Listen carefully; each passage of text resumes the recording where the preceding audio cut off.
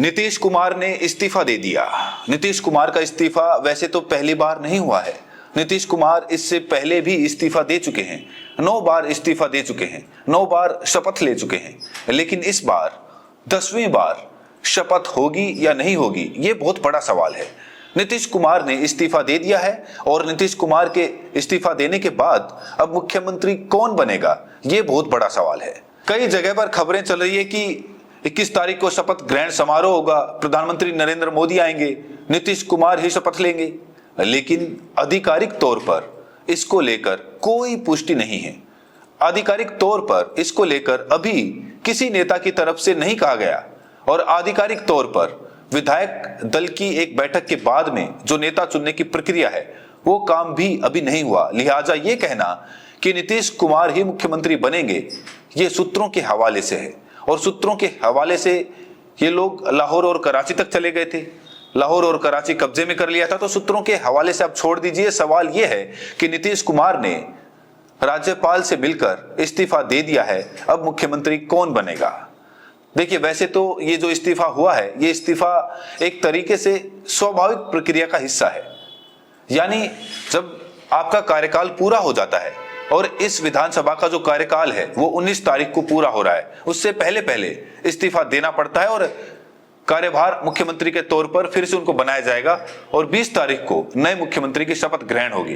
ये 21 तारीख को होगी, वैसे 20 तारीख को अभी बताया जा रहा है कि 20 तारीख को शपथ ग्रहण समारोह होगा पटना के गांधी मैदान के अंदर। इसको लेकर तैयारियां भी चल रही है। लेकिन क्या नीतीश कुमार का ही होगा या किसी और का होगा, ये बहुत बड़ा सवाल है।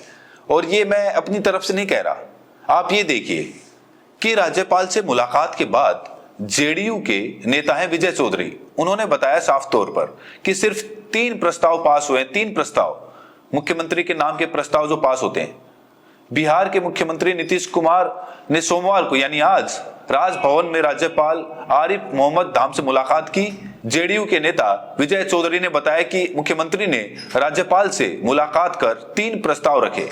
पहला प्रस्ताव 19 तारीख के प्रभाव से वर्तमान विधानसभा का। दूसरा प्रस्ताव पूरे कार्यकाल में बिहार के सभी पदाधिकारियों और कर्मियों ने जो सहयोग दिया है, इसके लिए मुख्य सचिव के साथ बिहार के तमाम पदाधिकारियों की सराहना की गई है। तीसरा प्रस्ताव वर्तमान चुनाव जो संपन्न हुआ है उसमें नीतीश कुमार के नेतृत्व में एनडीए को सफलता मिली है, उसके लिए तमाम मंत्रियों में मुख्यमंत्री को बधाई दी है और मुख्यमंत्री के प्रति आभार प्रकट किया है।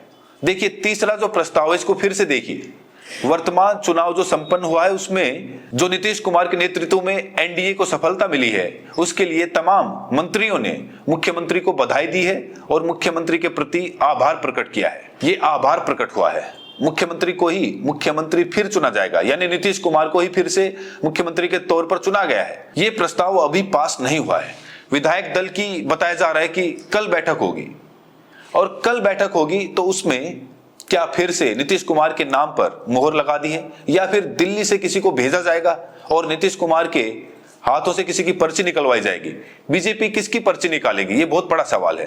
चर्चा ये भी है कि इस बार की सरकार में जो टीवी पर जो खबरें चल रही है उसके हिसाब से मैं आपको बता रहा हूं कि इस बार की सरकार में हो सकता है कि नीतीश को ही मुख्यमंत्री बनाया जाए, उसके साथ में बीजेपी के 2 डिप्टी सीएम बनाए जाए और उसके बाद में विभागों का अलग अलग बंटवारा किया जा रहा है। 6 विभागों पर 1 मंत्री बनाया जा रहा है।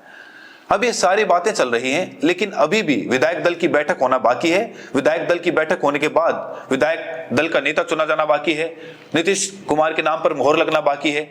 20 तारीख को शपथ ग्रहण समारोह में अतिथि के तौर पर रहेंगे या मुख्यमंत्री के तौर पर शपथ लेंगे, ये सवाल अभी बाकी है। नीतीश कुमार वैसे तो मुझे लगता है कि उनको शपथ याद हो गई होगी, 10 बार शपथ ले चुके हैं।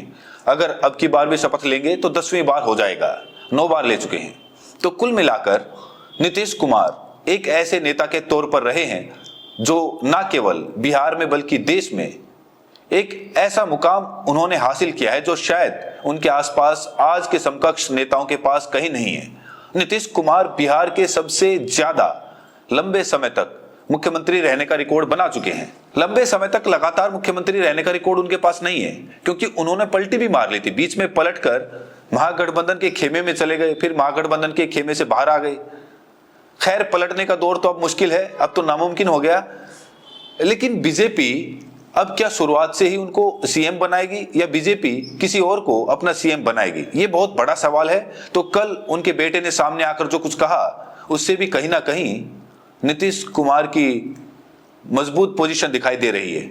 वो उनके बेटे निशांत की तरफ से कहा गया कि पापा ने बहुत मेहनत की है, ये जो कुछ आज हमें दिखाई दे रहा है, जो कुछ मिला है, ये पापा की 20 साल की मेहनत का परिणाम है। कहेंगे अपने पिता की जीत पर। पहले तो बिहार वासियों को मैं बहुत बहुत धन्यवाद देता हूं, बधाई देता हूं, बहुत बहुत शुभकामनाएं कि हमें एनडीए को इतनी भारी बहुमत से जितवाया। हमारी सरकार बनने जा रही है, बहुत बहुत बधाई, बहुत बहुत धन्यवाद देता हूं सबको। इस बार एनडीए 202 सीट जीती है, प्रचंड बहुमत के साथ सरकार बनाने जा रही है जी। आपको उम्मीद था कि पिता की इतनी बड़ी जीत होगी? उम्मीद था, उम्मीद से कुछ ज़्यादा ही बेहतर अच्छा जीत मिला। सब सारा श्रेय जनता को जाता है, उन्होंने जो 20 साल में काम किया है उसी का इनाम दिया है जनता ने। तो आगे भी विश्वास बनाया है पापा पे, तो आगे भी मुझे पूरी उम्मीद है कि पिताजी आगे भी इस विश्वास को कायम रखेंगे, आगे भी विकास का क्रम जारी रखेंगे। आगे क्या होगा, पिता क्या करेंगे, कुछ बताया है आपको? ठीक है। महिलाओं ने 10,000 रुपए काम कर लिया। एक सवाल है कि फिनिश की बात कर रहे थे लोग कि 25 में फिनिश हो जाएंगे नीतीश। अब नीतीश कुमार के बेटे सामने आकर जिस तरीके से यहाँ पर कह रहे हैं कि 20 साल से उन्होंने काम किया है, उसका नतीजा है। सवाल इस बात का है कि नीतीश कुमार को लेकर क्या बीजेपी के अंदर असमंजस की स्थिति है? क्या बीजेपी क्लियर स्टैंड ले चुकी है, फैसला ले चुकी है, पर्ची बन चुकी है, पर्ची भी तैयार की जा चुकी है और पर्ची किसके हाथों से बनवाई जाएगी ये भी तैयार कर चुकी है? क्या बीजेपी अभी भी घबरा रही है कि नीतीश के नाम का जनादेश है और कहीं ऐसा ना हो कि नीतीश के साथ, नीतीश के सहारे जो वोट मिलता है, कोयरी, कुर्मी, पिछड़ा, अति पिछड़ा, ये जो वोट मिलता है और उसमें भी नीतीश कुमार के सहारे दलित वोट भी मिलता है, वो कहीं फिर से बीजेपी से छिटक ना जाए। यानी नीतीश कुमार इस वक्त रिटायर्ड वाली भूमिका में नहीं है। नीतीश कुमार को अभी थोड़ा पिच पर और खेलने दिया जाए और पिच पर नीतीश कुमार थोड़ा और खेलें, तो उसके बाद में जब वो रन ना बनाए तो कह दिया जाए कि चलिए भैया अब चौके छक्के मारने वाला बैट्समैन चाहिए, अब आप वापस आ जाइए।